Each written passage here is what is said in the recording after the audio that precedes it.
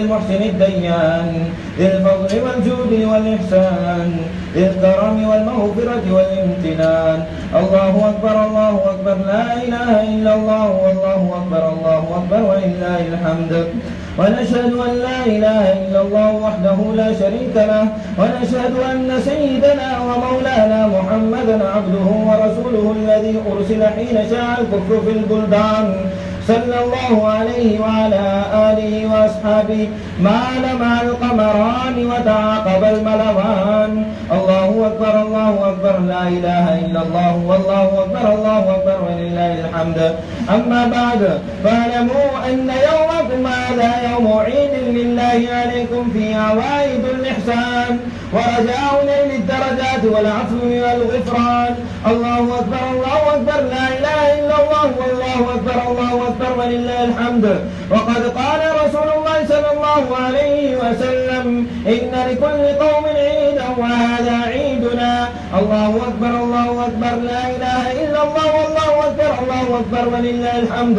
وقال رسول الله صلى الله عليه وسلم فإذا كان يوم عيدهم يعني يوم فطرهم باها بهم ملائكته فقال يا ملائكتي ما جزاء أجير وفى عمله؟ قالوا ربنا جزاؤه أن يوفى أجره. قال ملائكتي عبيدي وإمائي قضوا فريضتي عليهم ثم خرجوا يرجون إلى الدعاء وعزتي وجلالي وكرمي وعلوي وارتفاع مكاني لأجيبنهم فيقول ارجعوا قد غفرت لكم وبدلت سيئاتكم حسنات. قال فيرجعون مغفورا لهم. الله أكبر الله أكبر لا إله إلا الله والله أكبر الله أكبر ولله الحمد.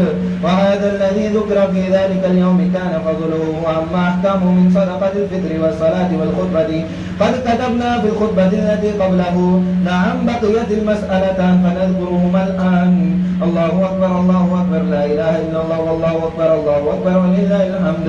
الأول قال عليه الصلاة والسلام من صام رمضان ثم أتبعه 6 من شوال كان كصيام الدهر. الثانية كان النبي صلى الله عليه وسلم يكبر بين أضعاف الخطبة يكثر التكبير في خطبة العيدين. الله أكبر الله أكبر لا إله إلا الله والله أكبر الله أكبر ولله الحمد. أعوذ بالله من الشيطان الرجيم. قد أفلح من تزكى وذكر اسم ربه فصلى.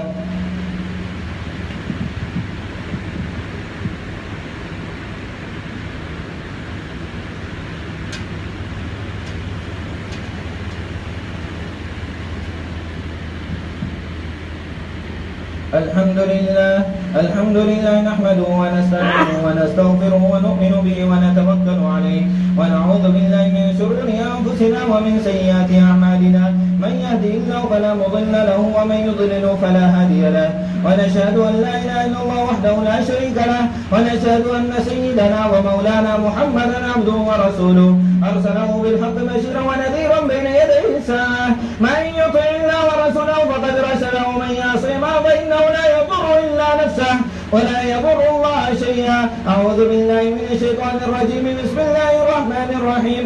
إن الله وملائكته يصلون على النبي يا أيها الذين آمنوا صلوا عليه وسلموا تسليما. اللهم صل على سيدنا ومولانا محمد عبدك ورسولك وصل على المؤمنين والمؤمنات والمسلمين والمسلمات وبارك على سيدنا ومولانا محمد وأزواجه وذرياته.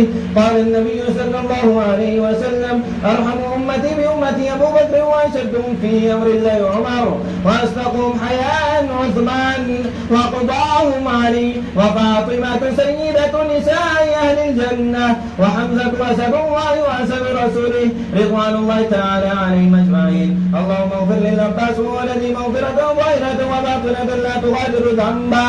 الله في أصحابي لا تتخذوهم من بعد غرضا. فمن أحبهم فبحبي أحبهم ومن أبغضهم فببغضي أبغضهم. وخير أمتي قرني ثم الذين يلونهم ثم الذين يلونهم. والسلطان المسلم ظل الله في الأرض من أهان سلطان الله في الأرض أهانه الله.